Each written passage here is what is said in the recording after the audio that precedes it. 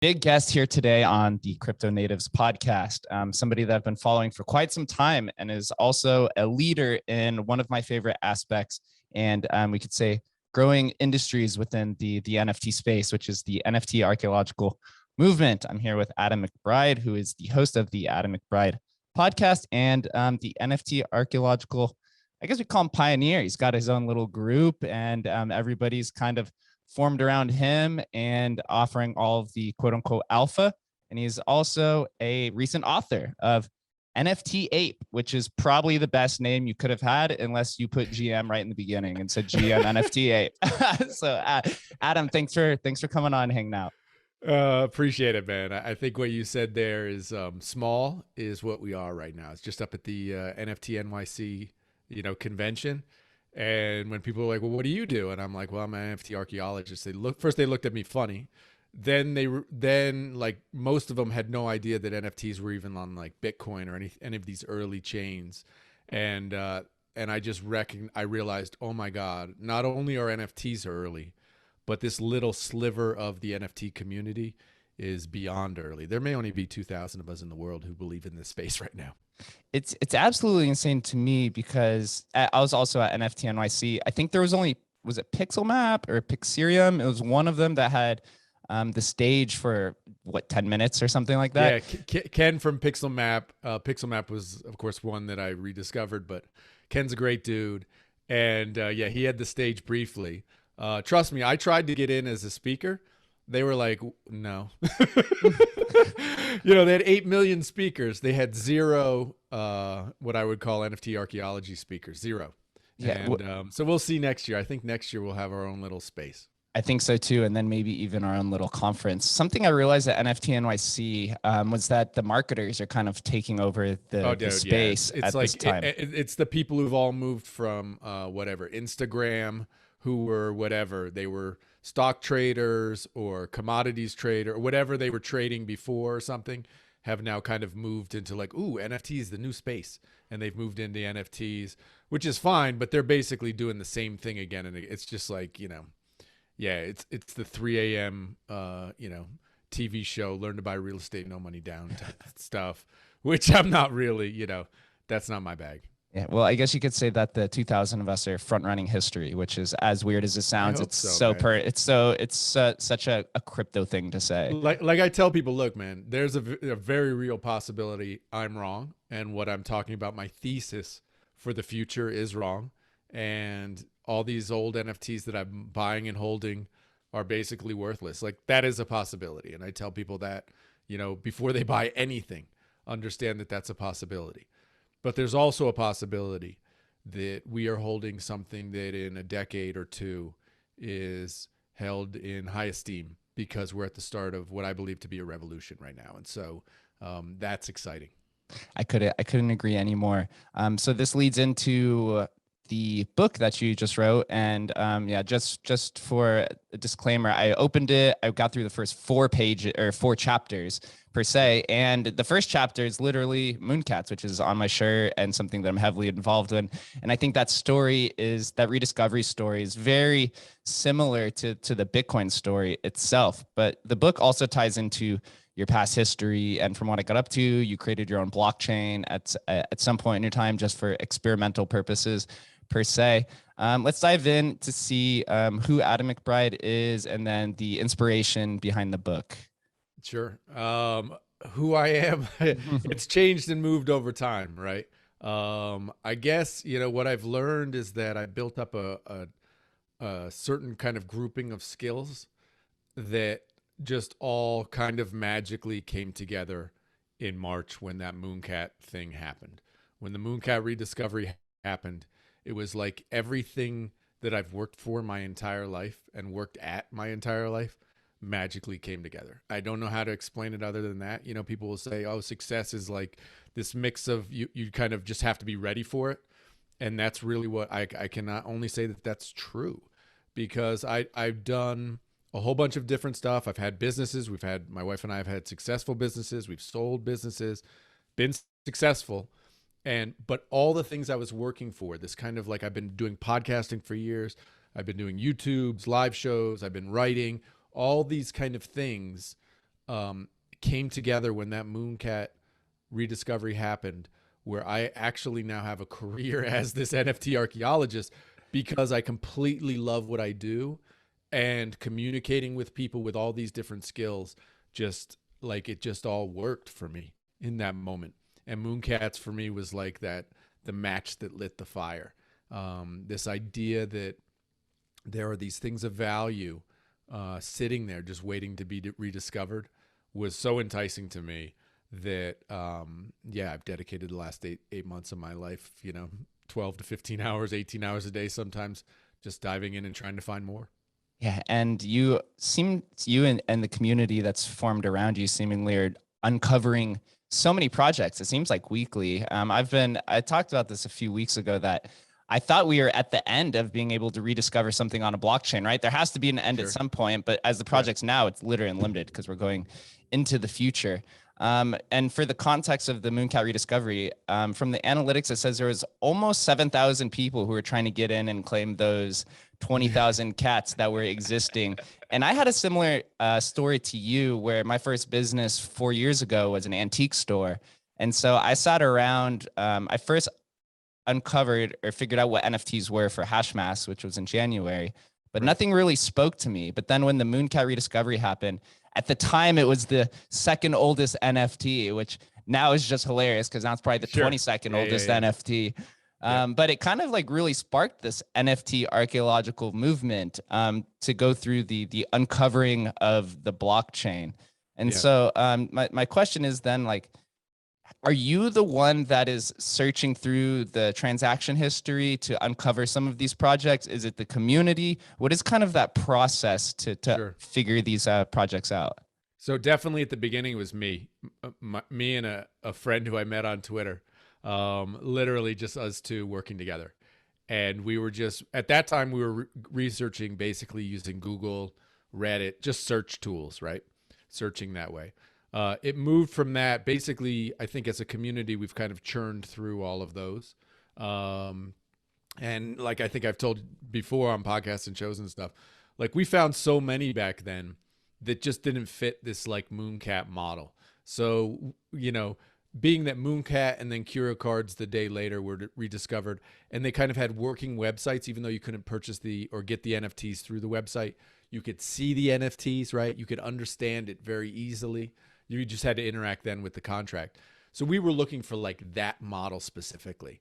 And we passed on so many from then until like June, just because they didn't meet that model, right? I passed on Ether Lambos, I passed on Ether Rocks, I passed on, all these ones that have since blown up. We passed on because they didn't meet, like they didn't check all these boxes, right?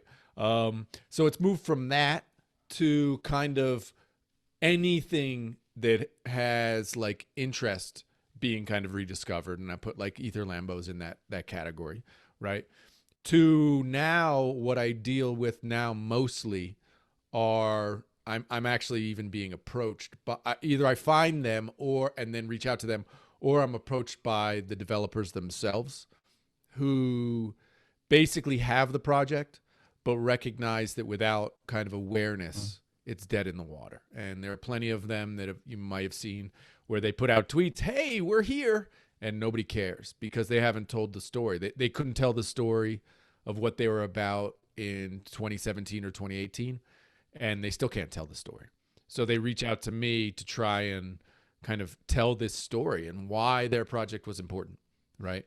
And so not only that now, but I also work with developers to try and figure out, a lot of times their contract isn't going to work in today's market. So was it unlimited?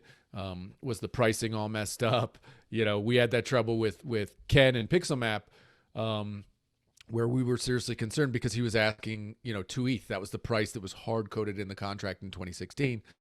I was very worried that we weren't going to get people to buy into it because it was so expensive, right? $8,000 per pixel, and there are 4,000 of them.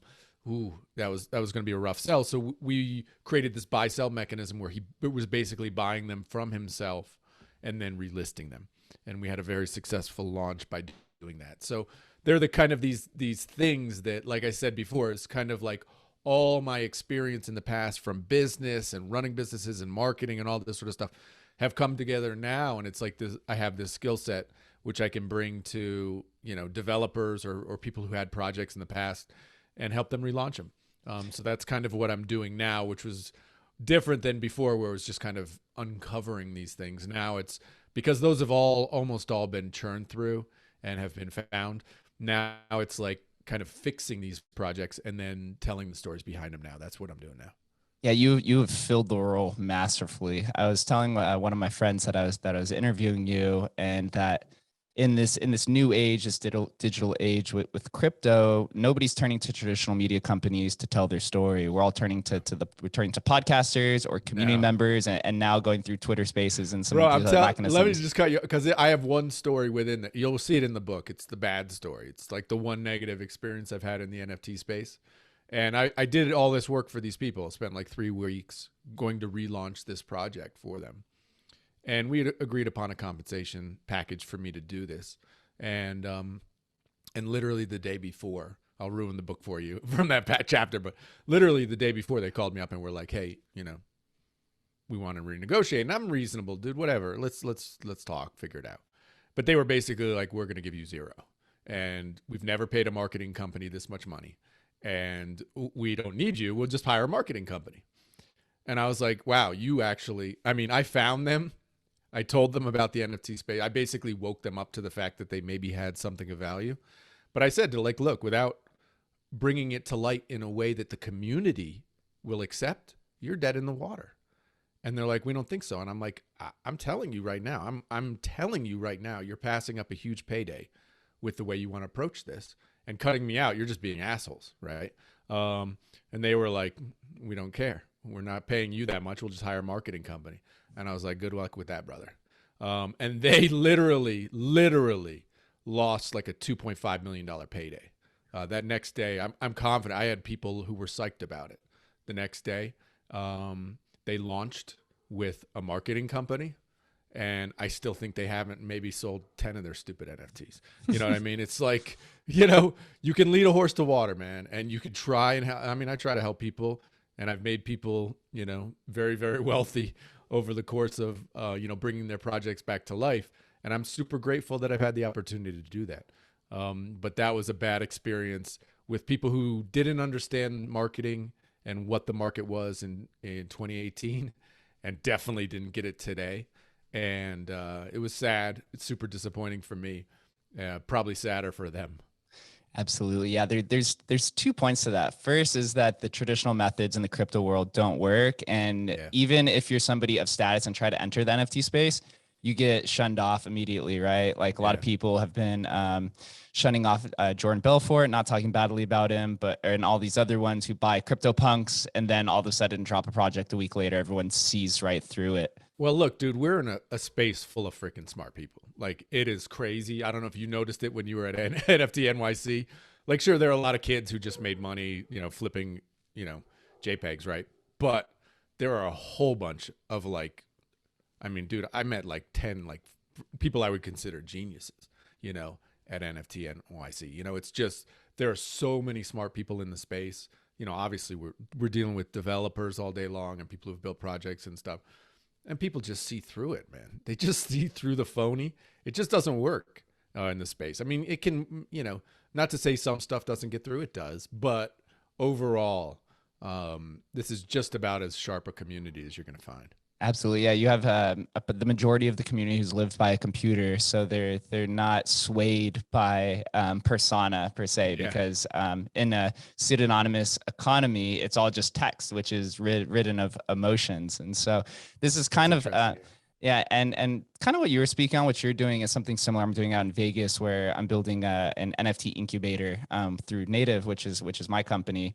And we're trying to bridge, the superficial world to the digital world. And that's kind of what you're doing, because there's definitely a discontinuation between the both. And so on both sides, people don't understand how to enter or where to go, how to connect the creativity with the developers, and even with the newer projects now, right? When the newer projects that you're discovering, which are the older ones, a lot of those predate ERC 721. So then you have to connect them to a wrapper, which the original developers probably aren't aware of how to do, and then to market it to a community. Yeah, you get it, man. Yeah.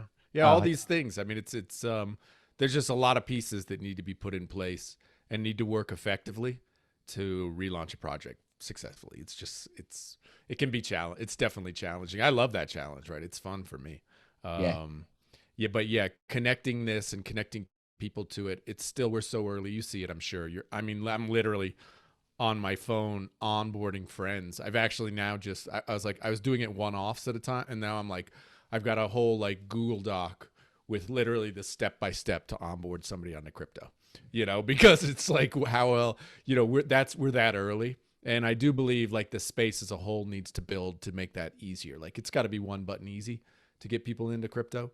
And we're probably miles away from that, years away from that, but that's where it's got to get, right? It can't be everybody has to get a hardware wallet. Everybody has to get a MetaMask. Everybody, it'll never gain widespread adoption that way. It has to be simple. And that's why I'm not averse to like Coinbase, onboarding people. Like that Coinbase could maybe onboard 70 million people into the NFT space. Like I'm all for it. Like, let's go.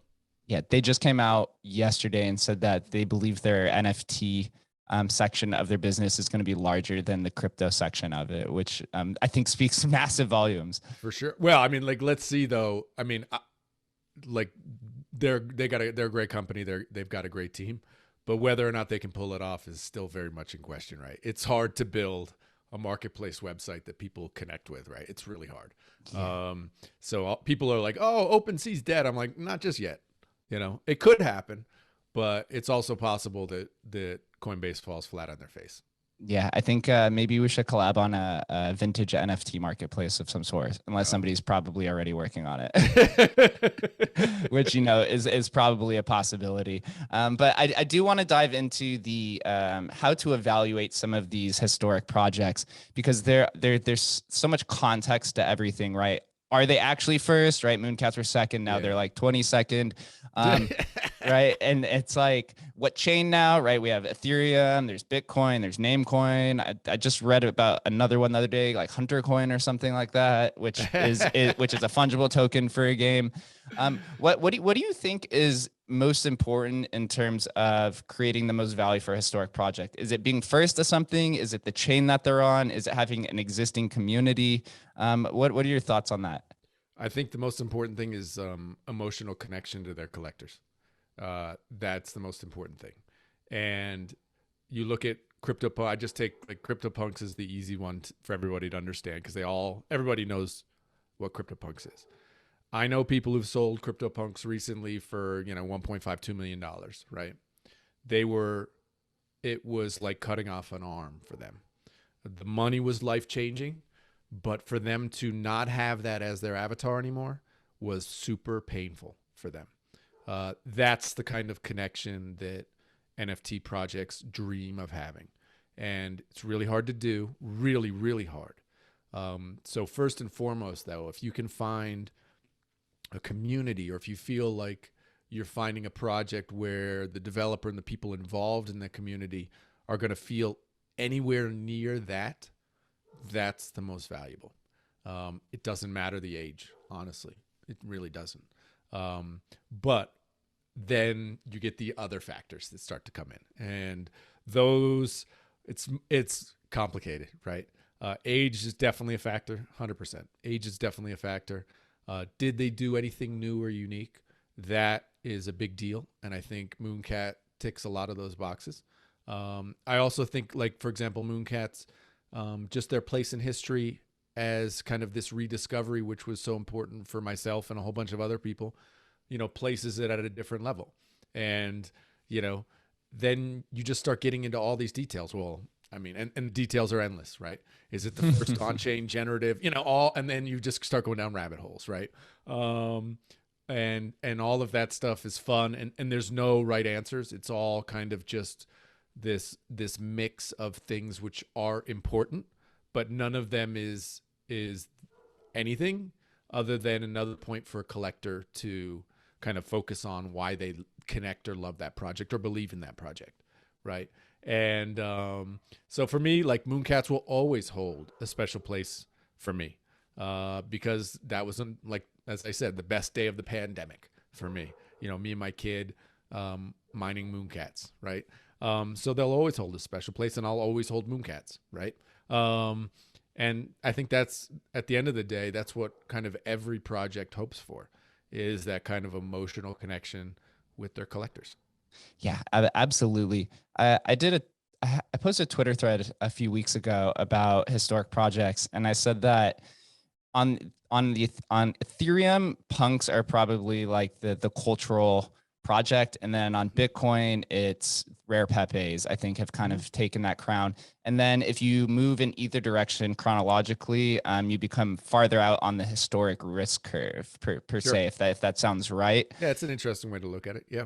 Yeah, because once you go to things like Namecoin, you're getting into a very unique set of owners. And I try to compare this to the traditional world, where at places like Christie's and Sotheby's, they sell things like dinosaur bones and napkins of Thomas Jefferson, and those like a very small subset. But then once they start selling cultural historical icons like Van Goghs and Basquiat's and things like that, then you get the whole horde just coming in to try to buy everything. And so it's a very like distinct collectors, which is very different from the newer projects with minting and hopping on.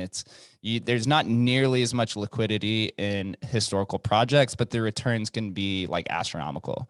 Yeah, I think it's you've hit the nail on the head. It's a lot like it's kind of like the high end art market, and I've talked to enough like high end artists who were kind of pushing NFTs on Bitcoin early and stuff, and I've asked them about this kind of idea of collectors and this sort of thing. And I think it was Sarah Mohoyes who was like, she did Bitcoin back on Bitcoin back in the day. She said to me, which was like it was like fractionalization of art, right? So it's important historically, like she was one of the first to do this sort of thing.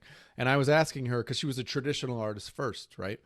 What's her view on collectors? And she was like, look, all you need are like 6, right? In the traditional art world, to like maintain a living, you need like 6 collectors, right? And so there are these, and then anything above and beyond that is like gravy, right? And so in a lot of ways, these historical NFTs are kind of like that. Like you need to get a I don't know what the number is exactly. I guess it depends on the size of the project, but you need to get a certain number of people to kind of believe in it, right? And then if you get a wider group, like maybe Pepe's has this wider group where it actually can like pierce the cultural collective, then you have these opportunities for moonshots, right? Because then your collector base is just 100x, 1,000x, 1,000,000x bigger than these small ones, right? So it's interesting, and it's this continuum or this spectrum of where these things lie on that value curve, or whatever you want to call that. Like people ask me, well, what about Pepe's? And I'm like, I love Pepe's. Of course, I see Pepe's literally every single day as memes on my Twitter feed, right? Pepe's are important. But within Pepe's, like there are cards with 1 million issuances. Do I think those are going to hold value? Like probably not, right? So there's all this kind of complexity within collections that just make it just this rabbit hole of awesomeness from a collector's standpoint. Like and you see it too. There are people literally 12 hours a day just trying to figure this stuff out and kind of find value before everybody else recognizes what the value is. So yeah, it's super exciting. Yeah, and these new projects get introduced every day. I'd have to mention this, that I think this was 2 or 3 days ago, there was like a Bitcoin umbrella that I put a bid on. And then I went to the gym and I was like, okay, if nobody has bought it, then I'm gonna buy it when I got back to the gym. I come back and you were the one that bought it. I was like, these guys are quick, man. I should have bought it. And now it's gone up like 2 cents then, which I thought was kind of funny. But everyone out there is fast on it. Yeah, it's funny, there is no, and who knows if that thing holds any value at all, right? That's one of those. This is like the early counterparty stuff, right? So people who don't know, counterparty is like an L2 solution on top of Bitcoin. So as people were trying to put what we now call NFTs, call it digital art, call it whatever you want to call it, they were trying to place this stuff on Bitcoin back in the day.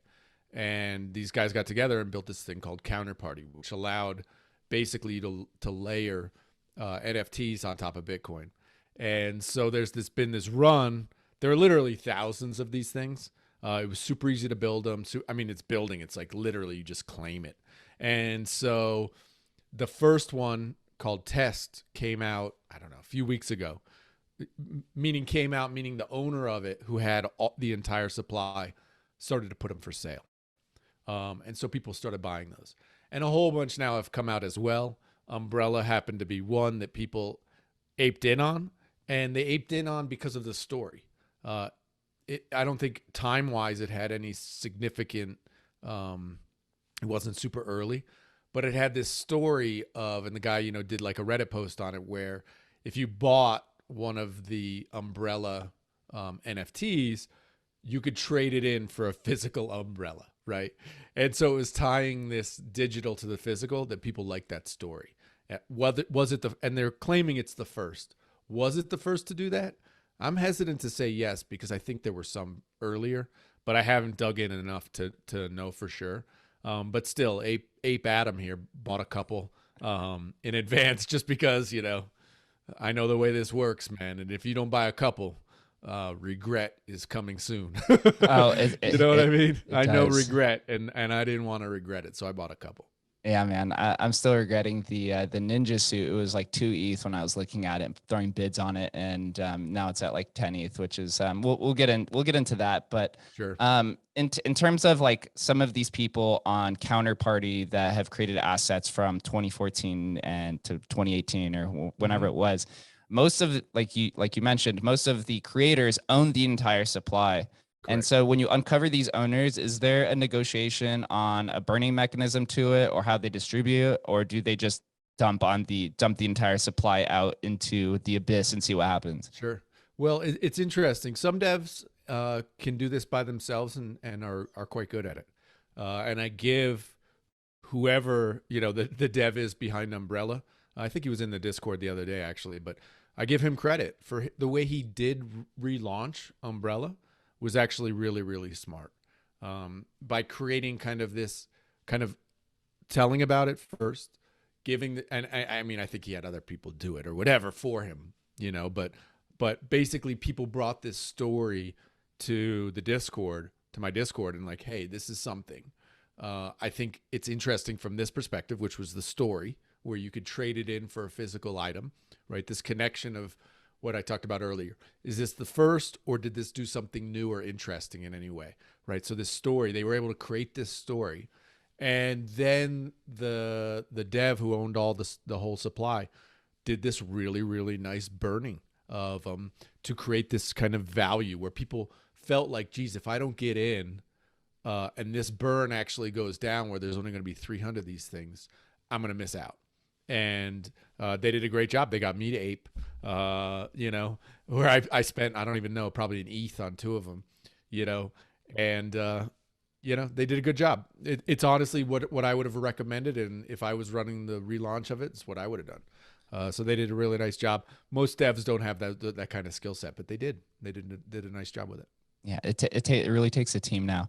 Have you seen any manipulative practices when it comes to historic projects? Maybe somebody who had created something but then never put an image over it, or somebody claiming it to be an NFT and actually isn't, in some sort of constructive contract creation? Sure. I mean, it's complicated, right? And so like I know that happened with Umbrella, where people were like, well, that image was only placed on at this point in time and stuff. I give leeway for that. Trust me, there are other people who don't give leeway, right? They'll say it's not even an NFT, or it's not even this or that. And we could argue and have argued for days and hours on these sort of subjects. And so I tend to hold a softer view on developers and give them the benefits of the doubt, depending on what their first, what was the intention of the project. And the intention was pretty clear, when he made that Reddit post back in 2014, right? He laid down what he was doing. And I think it's pretty clear. The image was added later, and he's been very transparent. I recommend to every dev I work with, man, number one, you have to be transparent. You have to let people know what you're doing, why you're doing it. And if you just do that, man, people will get behind you. And so people understood what he was doing. He actually did contract an artist to, make that design, a year or whatever after he launched the token and stuff. That's totally acceptable for me. It isn't for some. But that sort of thing happens. I mean, it's complicated is the only way I'd say it. Have developers used kind of sway to get their stuff sold? Of course. Like I look at it as, look, this is, at the end of the day, they're selling something, right? They're selling a project. They're selling an idea. Everyone's selling something, even if you bought those umbrellas the other day and you're talking about Twitter, you're on Twitter or whatever, talking about your umbrella you bought. The reality is, even if you weren't selling in that moment, you'd probably be selling 10 years down the road or however long you hold it. You're going to want other people to be interested and talk about it. So I'm not averse to people, what they call pumping your own bags, because at the end of the day, we're all pumping our own bags.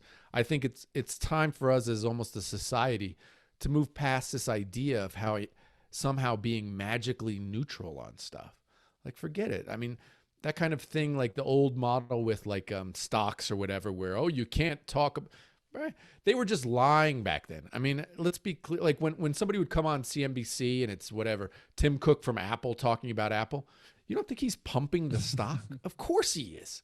Even talking about the new features coming out on the iPhone, he's pumping the stock. Let's get past that. Take it for what it is.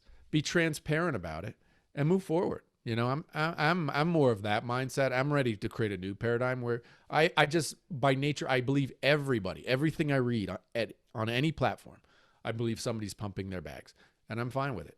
As long as we're transparent and we know what's happening, let's go. Yeah, I'm under this same belief. We are in this new paradigm, and I've been discussing this idea on the podcast and on Twitter sometimes. We've kind of moved from this like fundamental investing perspective, which who knows if it was actually fundamental investing. Which was all bullshit from the beginning. Yeah, that's what I'm saying. And it's literally bullshit from the beginning. Let's be clear. Yeah. And now we're moving into this like open mimetic investing kind of environment where the fundamentals per se don't really matter. It's all about supply, who's backing it, the story, the narrative. What are people going to think? Is there a derivative of this? Yeah, I was going to ask like your thoughts on that. Yeah, I mean, take the most simple example for a normie who's listening to this and has no idea about NFT and crypto. A simple example is Tesla Motors. Tesla Motors was built on a story and an idea.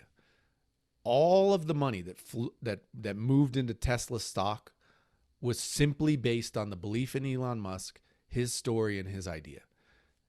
If that money was somehow pulled at some point in time, if the belief disappeared, and people stopped believing in that, Tesla would have gone bankrupt and failed. Simple as that. It would have. At any number of points along that chain over the last 2 or 3 years or whatever, Tesla could have failed if people stopped believing in it. They still believe in it. They kept putting money into it. Elon was able to borrow money. And now Tesla's a world-class success, right? But that was all based on belief, right? If that had stopped at any point over that period of time and people had stopped believing in Tesla and Elon, Tesla would have failed. It would have gone bankrupt. And everybody would have said, not everybody, but a whole lot of people would have said, hey, Elon's a scamster. He scammed us all, right? That could have happened at any point along that timeline, right? And so this is kind of the new model. It's all about the story and the belief in the founders and the projects and whatever that we're buying into. This is the kind of new model. And if you believe in something enough and enough people believe in it with you, you can make magic. Yeah. And crypto takes it even one step further, where in this new age where everyone is their own brand and everyone is able to commoditize their persona per se, you can't be a founder and be in the dark. And with crypto, they take that one further, where you could be in the dark and be pseudonymous, but you still have to be active talking to your community. And so I've seen with some of these older NFT projects that I had bought personally, where the founder decided to just not be a part of it and they haven't taken off, where some of the founders have come back and remained pseudonymous and communicate, and that's fine. But there has to be some communication between the creator or founder of a project to the community, because even Satoshi Nakamoto started this, right? Pseudonymous, no one has any idea, but he was still effectively communicating for about 2 years before he inevitably disappeared. Yeah, founders matter. There's no doubt about it. I mean, they just do. And, whenever I'm kind of relaunching a project, me getting the feel of if the founders are going to be excited about carrying the project forward is a big deal. And I basically won't go forward without somebody who's not fully in. Like if they're just looking to sell it and get out, like I'm out, like, cause it's just not going to work, because you have to have people, like we just talked about, buying in and believing in something long-term, or it's just a pump and dump. Okay, agreed. So founders, right? Founders who are pretty much just dev teams at this point. Mm-hmm. Is it important for the devs to actively develop on historic projects, or do you think the utility is just the underlying historical value itself? For most of them, it's just the historical value. For most, there are other ones though where the devs are real forward leaning. And for example, I was just looking at my feed this morning, Ether Waifu, which is was the first one I found and relaunched. Really great artist, cool dev. And then they're like partnering with other, NFT projects to use their characters in other NFT projects and metaverses and all this sort of stuff. Man, that's awesome. So you still have the historic NFT that doesn't change. It doesn't move, but then what they're trying to do is expand the awareness to other aspects of culture. And I think, for me, that's super smart. It's hard to do. And I mean, basically you look at these ones, people are just starting to do it. But I think the ones who are smart about it and can actually make that bridge to other aspects of culture, they're going to win big time. Do you believe the introduction to innovation of a historical project could hinder the progress or dampen the historical value in any way? You mean creating new things on top of it? Mm-hmm. I do. The classic one for that one is Etheria, who the dev was always like, I'm going to turn it into a metaverse and I'm going to do this and that. And I'm like, wow, that for me, that's not where the utility lies. The utility lies in the historical value of it, its place in history.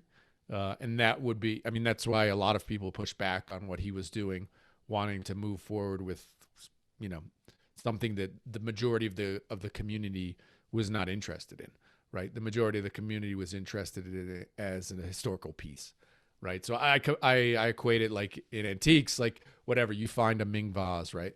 You don't repaint the Ming vase, right? You might dust it off, but you don't repaint it, right?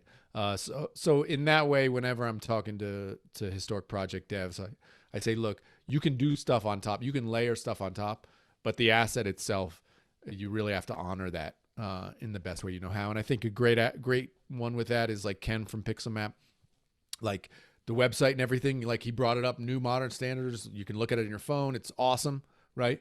But the feel and everything, the vibe is still 2016. Yeah, that's exactly what we want to keep doing. Now we're moving into this NFT world where there are new projects who are becoming a first at something like that of whatever they're introducing. Do you believe that there are projects that are being created now could be considered historical, maybe 5 or 10 years from now? Probably. Have no idea what they are. It's like that. Like the Bored Apes, I mean, are the most obvious example of a brand that's been able to cut into culture by creating this just ridiculous community of believers. It's so hard to do. I can't, when I'm talking to my normie friends about it, I'm like, it's as hard as creating $1 billion business. It's literally that difficult. And I know it's easier to create $1 billion business now than ever, but still it's really, really hard to get people to buy in, to diamond hand that stuff. I just look at it and go, wow, because there's no way I would have ridden my Bored Ape, to 60 or 70 ETH. That would have been impossible. Like if you bought it at 0.1 or whatever it was, 0.05, dude, at 5 ETH, I would have been out. At 15 ETH, I would have been out. At 25 ETH, I would have been so out. It would have been ridiculous, right? But there are people who've ridden it all the way to the top, and I congratulate them, man. You can't do anything but tip your hat. Amazing. What the culture they've been able to build, exactly what I talked about earlier with CryptoPunks, where now there are people who are so tied to their Bored Ape identity that, I mean, it would take, you literally couldn't, they won't sell it, period. You could offer them $5 million for it and they won't sell it. And that's spectacular. It's incredible. Yeah, I do believe that Bored Apes are probably the 2021 winner. Oh, yeah. So because of this, and I've mentioned this to a few friends too, I've been diving into historical projects pretty much only because I will pay a premium in the future for whatever the historical value is, for if they could all fight between the thousands of projects that are being minted. But then I start looking into some of the new ideas that are being introduced into the NFT space, and more importantly, and we were talking about this a little bit, Blau's like with music NFTs and that kind of idea. I think this can be like one of the new revolutions per se. Which song will win? I don't really know. What's the actual market cap of a song? Who knows? But those kind of like innovative ideas by people who are like icons in the NFT space is something to really look out for. It's just you keep introducing new projects to me every day, and I'm like, God, I don't know if you for this. Well, I think like Blau, and we talked about music NFTs. I truly believe music is like the next thing that NFTs can tackle. And I've said it before. It's like I think it's just going to take one artist to pierce through the NFT spectrum, and Blau may be it, or I don't know who it's going to be. But when they're able to tie the royalties and the ownership of the NFT, sell that to their fans, and then one of those goes, super parabolic, and those fans all win huge, then it's game over for traditional music industry, because they'll see that, holy cow, Blau's song just became #1 song on Billboard's Top 100, and all those people who bought it for $5 each, it's now worth $5,000 each, right? That sort of thing will happen at some point, and it'll completely, I mean, my belief, it's going to completely transform the music industry. We've seen that trend already happen with collectibles and with art. With CryptoPunks, that money trickled down to other projects, and then with art, it started with, I believe, Xcopy was one of the first artists, and then that money kind of trickled down. So it seems like music is probably the same thing, and with Axie's Infinity and with the gaming, that's also trickling down to different play to earn NFT models. Yeah. It's the play to earn is interesting. I don't know how long it's going to last. I mean, maybe it lasts forever. Maybe this idea, has infinite legs. I know gaming is beyond huge. How it all plays out is going to be super interesting. It's one of the areas that I'm excited about. I don't know anybody in the NFT space who isn't excited about it, that you'll be able to take your Fortnite skin and go use it in other games, or, this is going to happen. It's just a question of when. And in the same way as music, it's like, well, which studio, which gaming studio, EA or Epic Games, which is going to be the one to move into the space and kind of be the first winner. And I think it's going to take that first winner for the others to kind of come on board. I mean, you look at like what EA and them have said. I think it was Steam was like, we're not going to do NFTs. It's like, wow, that's amazing. Like, they're out completely. And I think I get it from a regulatory standpoint. They were concerned about the regs and stuff. And this is what regulations do, is they literally crush innovation. But trust me, there's going to be some small companies that get on board and do this. There already are, but that win, that become mainstream. And once they become mainstream, it's impossible for me to envision it not working on a larger scale. We have seen an issue with traditional companies that have some sort of status entering the NFT space and facing some pushback or just not receiving the massive amount of attention. One of them, for example, and I'm not throwing shade at anything because I was a participant, but we've seen some issues with some of the auction houses and receiving some of the prices and having issue onboarding some of the traditional collectors to their own perspective communities. And it ends up just being crypto buyers buying their own bags per se, kind of like to save the meltdown from the PR perspective. Do you have any opinions on the auction houses? Do you think they'll be able to fix this model, or do you think somebody else is going to come in and just take over? Yeah, I think at the end they're surprisingly poor storytellers, which is interesting. I would have thought they would have been much better storytellers, because the reality is is what they're doing is they're telling those stories to their collectors. And if their collector, I envision a, 80-year-old billionaire who shops at Christie's, right? If they can't tell the story to meet him where he is and make him understand, they failed. That's their job, right? And I think we've seen it. Most of the buyers at Christie's and Sotheby's have been crypto buyers, right? I don't know what the last one. Oh, it was the Curio one that I was paying attention to, right? That was one of the founders of Ethereum bought that, right? Like, dude, where's the 80-year-old dude? Where's the billionaire coming in who doesn't know a thing about crypto buying, right? They haven't told the story. They haven't walked people through the idea that this is a brand new asset class and those guys need to be in, right? And so I think at the end of the day, it's kind of exposing what we used to consider a gatekeeper for their lack of in this new space. They just don't have the skill set to do it, which is surprising. I was definitely surprised by the poor showing, especially at Sotheby's, of the recent auctions. It's just they didn't create buzz. Basically, it created buzz within the NFT community, right? Oh, we're cool. It's at Sotheby's, right? It created buzz in that way. And I think from a belief, what we talked about belief, this kind of layering of belief on society that, oh no, NFTs are real. NFTs are a thing. That's important. And it was an important step for all of crypto and NFTs. But the reality is what they do, which is educate and get their collectors excited about stuff. I think they failed pretty miserably.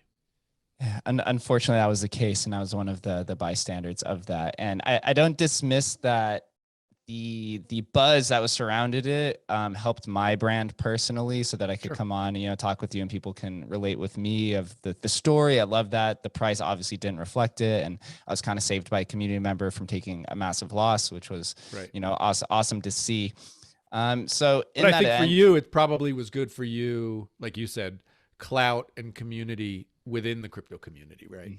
Mm-hmm. That was good for you. Like that's how I probably found you for the first time, right? Mm-hmm. So that's like, it does have value. Like I personally knew the guy who sold his curio collection through Christie's, right?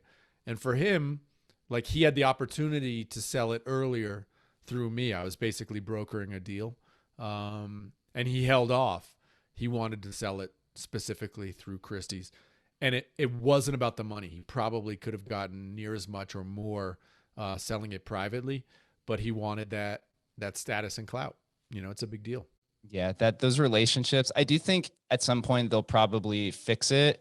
The buyer's premium has been a big issue. Paying 15% or 20% on something that could potentially be $1 million has, I think, been a big hindrance to the price.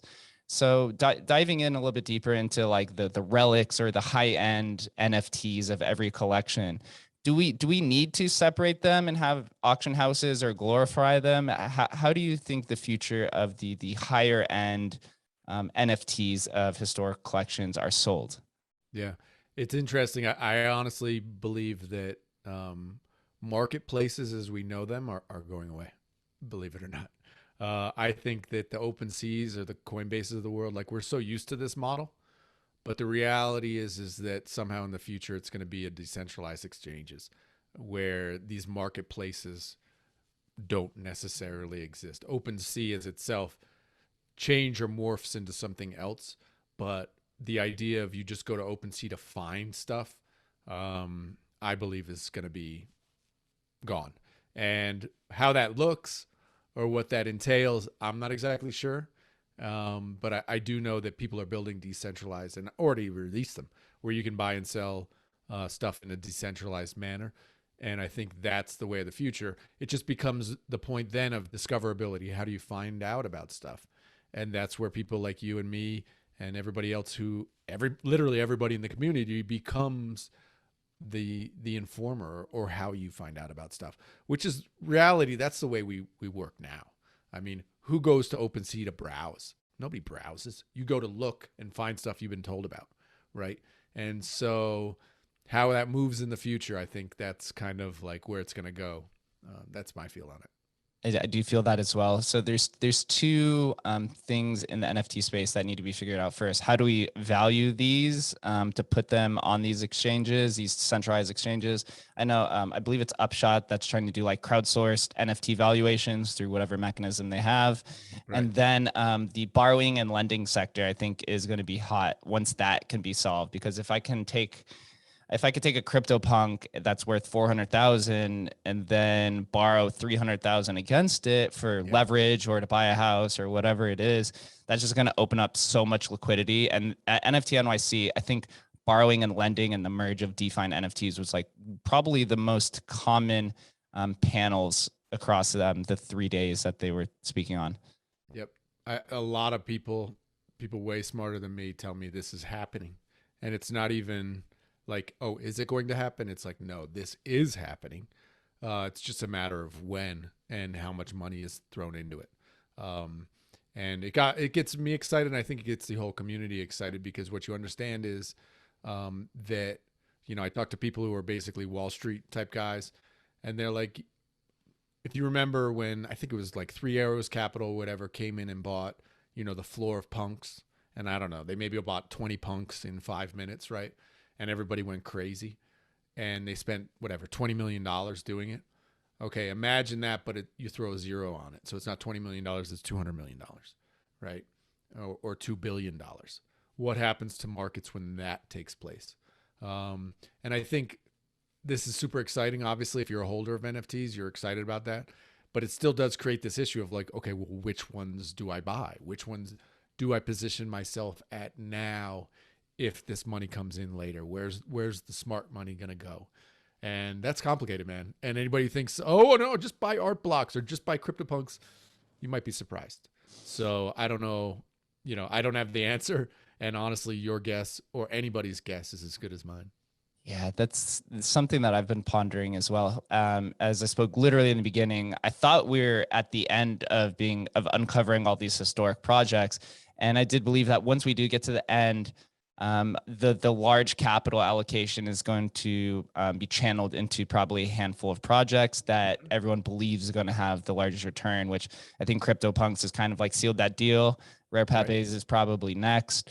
But I don't know. The markets are so random and chaotic. It could be Ether Lambos, ETH Map. Who knows? I just, people are like, oh, punks, it'll never go down. I'm like, don't be so sure, man. And the other thing is like stuff happens. I can't remember what the name of the project was, but there was something where it turned out the founder in 1970 had put out like Nazi propaganda or some crazy stuff, right? And I don't even remember what the project was called, but this happened just like 2 weeks ago, and turned out that he did this, and dude, the project lost like 99% of its value in like a day, right? And I'm not saying this ever happens with CryptoPunks, but dude, what happens if, I don't know, one of the founders is discovered to have, he has somebody, held up in his basement. He's, kidnapped some. That stuff can happen, right? Stuff happens. And I'm not saying anybody who believes anything has nothing but rocket ship in front of it. You're insane. Like everything can go down. Everything can get crushed. You have to have your head on a swivel to think that any of this stuff is perfect. Just the same as stocks. Like it's the exact same as stocks, right? Apple seems invincible until it's not, right? So I don't know. I take all of that with a kind of grain of salt. Whatever I'm saying is just like, take everything with a grain of salt. Do your best research. But at the end of the day, we're all kind of just throwing darts. We're so early in this space. There's no saying right now what's going to work long term. I just, anybody who says that they know right now, I have to consider an insane person. There's no way you could possibly know right now. That's just my like traditional finance background coming in. But that doesn't mean you don't lay bets, right? And so I'm laying bets. I'm sure you're laying bets on ones we think are going to be historically significant or culturally significant, right? And some of the bets are super small. I mean, some of these projects, man, you can get in for a couple $100, right? And so what's the downside? What's your upside on that? It can be awesome sometimes. And I think, those are kind of the moonshots that I'm pulling for. And NFTs are even more hyper personalized and personified than fungible tokens. I'm under the belief that the seller is just as important as the project itself. If Gary Vee is selling baseball cards, then those baseball cards are probably going to have a premium because they're coming through Gary Vee's hands. And on the blockchain, you could see it literally directly in the transaction history. So you don't have to communicate. Nobody's even, you just touched on something that I'm a huge believer in, and nobody's really even building around yet, right? Like that I've sold, I don't know, like I bought one of those tests. I sold the test to Daryl Morey, you know, president of the 76ers, and he DM'd, hey, I think I just bought your test, right? For me, that's super cool. Like, it's cool knowing that mine went to somebody famous, or that I bought, you know, a curio card from Gary Vee, right? Like, there's no way to kind of explore that and know the history of it now. When the history's all there, it's clear, but there's no cool way to see that history yet. That's one of the things I'm excited about, because it is cool. Like, in the same way that, you know, if I bought a Basquiat, it's cool knowing that, you know, the famous person who owned it before I owned it, right?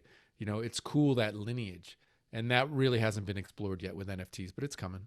It is. It's the gamification of communities. And this was the same idea of why I sold my Genesis Mooncat back in August to Pentoshi, because Pentoshi had like 250,000 followers at the time. Obviously, it was a popular traditional Bitcoin trader. And so I was like, if I sell this to him, I'm actually sold it a little less than I actually wanted.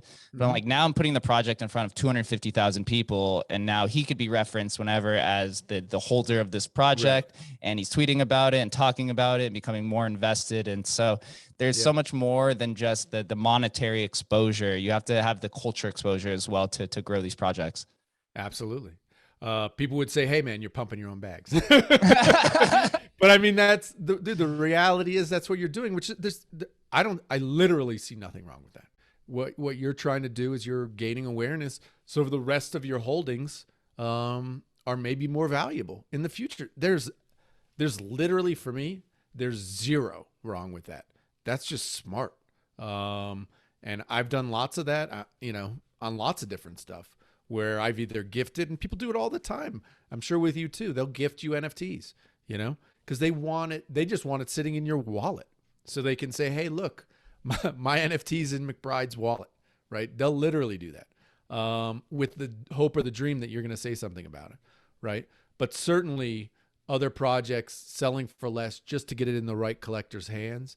I honestly advise artists to do that all the time in the NFT space, especially new artists.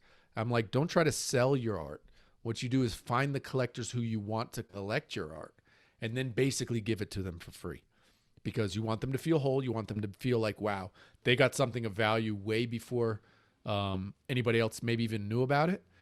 And then they're going to talk about you. They're going to, you know, so this is like a strategy that people do all the time in real life. And it's just carrying over here into the NFT space, and it just makes a lot of sense. I mean, we all use the words, you know, community and all this sort of stuff, but the reality is we've been doing this as people forever. It's just kind of more transparent, I guess you'd say, in the NFT space, but the reality is this is what we do as people. And we're becoming much more familiar to the idea, right? In the traditional world, what we're talking about, people would probably shame us and be like, oh, you're so bad at telling people your strategy and the things that are happening on the back end. But in a transparent world, I was a big believer, and I've always been, of just telling people the alpha or telling people what you're doing. Because in some of these, I guess, more complex projects, more specifically, I'll talk about like Mooncats. And this is the same with Rare Pepes, and let me know if you see this with other projects as well. The value is driven by the community and not the dev team or the project creators, right? A lot of these newer projects, and even with punks, for example, it's a 1 through 7, 1 through 8 traits, and then you can assort it from there. Yep. Whereas with Mooncats, all the values like in the metadata, and with Pepes, it's all about the leverage of Pepe onto art and onto crypto people and who owned it and all these other things. So if you don't tell people that rarity metric and the things that you're doing that's been successful, then no one else is going to understand it. Yeah. And in the past, it's always been about keep your secrets, don't share, you know, don't open source your ideas and the strategy. Yeah. But in this world, it's much more preferable to tell people what you're doing and the idea so that everybody can win.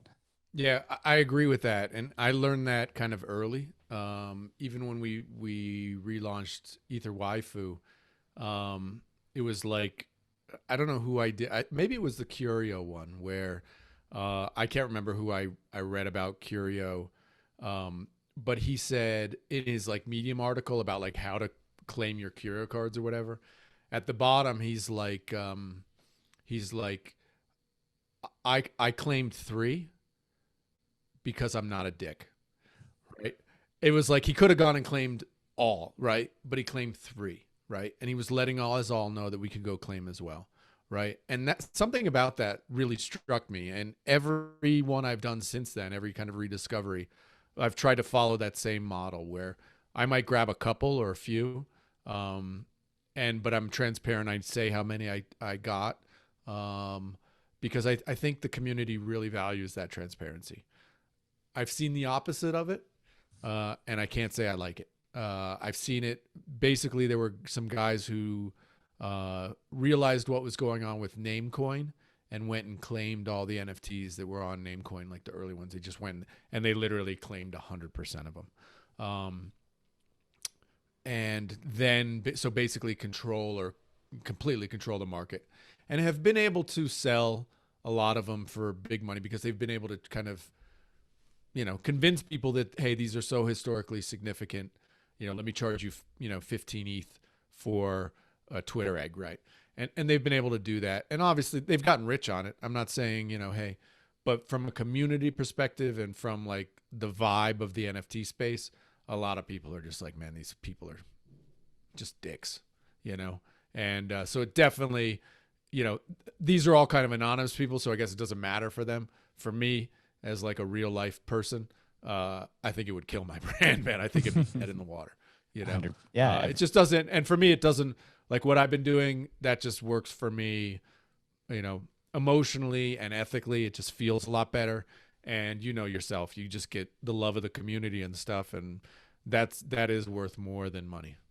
Exactly. And to end on this point too, at some point whales have to sell. And so without having I guess you'd say an even distribution of owners to the assets owned, It's never going to go up in price. That's why I always find it weird when people call out prominent collectors who sold, 1,000 of the supply at a very low rate. And they're like, oh, you missed out on $100 million return. It's like, it would have never reached that price if you would have held on to it, because they would have controlled the majority of the supply and the community would have never been built. Yeah. Let me put it this way. And I've told this story before, maybe you haven't heard it, but when Curio cards were rediscovered, I interviewed, like within one day, I had got into contact with all the artists and, well, most of the artists and the founders and everything, and talked to them and stuff. And one of the artists I spoke with was Robeck. And Robeck, as you probably know, he designed a few of the cards, and he was also one of the really, really early supporters of Curio and NFTs in general. He was a Curio whale. And I literally this was like this is day 2 of me, like really in the NFT space. And my Wall Street brain went, let me grab, get some money. Let me contact Robeck and let me try and buy his entire supply. And I got in touch with one of my Wall Street friend guys, big money guy. He was like, whatever you buy it for, let's do it, up to a certain price. I contacted Robeck, and Robeck was like, I like you, dude, but I am not selling you these cards. And what I learned, this was the start of me learning about community in the NFT space. For me, I was like, I can get them all. I can hold it. I can control the market. I can manipulate the market. I can make a ton of money. Robeck was like, I can distribute these cards. I can get them in a lot of people's hands. I can get people talking about Curio. And when that happens, Curio's value is going to go up. Robeck was right. I was wrong. What he knew intuitively, because he'd been in the space a lot longer than me, was that community and awareness goes with a wider distribution. And so he was smart about it. And you see what's happened to Curio over time. A lot of that rests at the feet of Robeck, who was very generous with distribution of cards. And you just see, like, it's at Christie's. It's around. Everybody in the NFT space knows about Curio. And one of the reasons of that is because he didn't sell those cards to McBride on that day. he was smart about it. He distributed them in a way that was fair to the community, and people love him for it. It's absolutely beautiful story to end on. So before we get out of here, two things. First, where to follow you, where to buy your new book. And then also, since this archaeological movement or NFT historians, you could say, is such a new thing, are there any other people in the space that you would advise to follow to learn more about as well? Absolutely. So you can find me at Adam A. McBride on Twitter. If you look on my Twitter profile, you can find the book there. You just click the link. I love Leonidas on Twitter, White Rabbit on Twitter. There are a lot of great, archaeologists in this space who do amazing work. I mean, Leonidas did one the other day, 100 tweet thread about the history of Saratobi and spells of Genesis, like ridiculously awesome stuff. So you can find him there. Actually, if you just jump on Twitter and you click my Discord link, come in that Discord. I have, all these guys are in my Discord and stuff. You can follow them there too as well and find them there. It's a good place to start. Yeah, hop in the Discord, guys. Adam, thank you for sharing time with us, helping us learn more. I'm definitely going to try to be more active in the Discord, but I'll definitely be around and ride this run and shed the light on all of this magnificent historical value just sitting there out in the open. Thanks, man. I appreciate you having me. Yeah, no problem. Thank you guys for listening, and we'll catch you next time.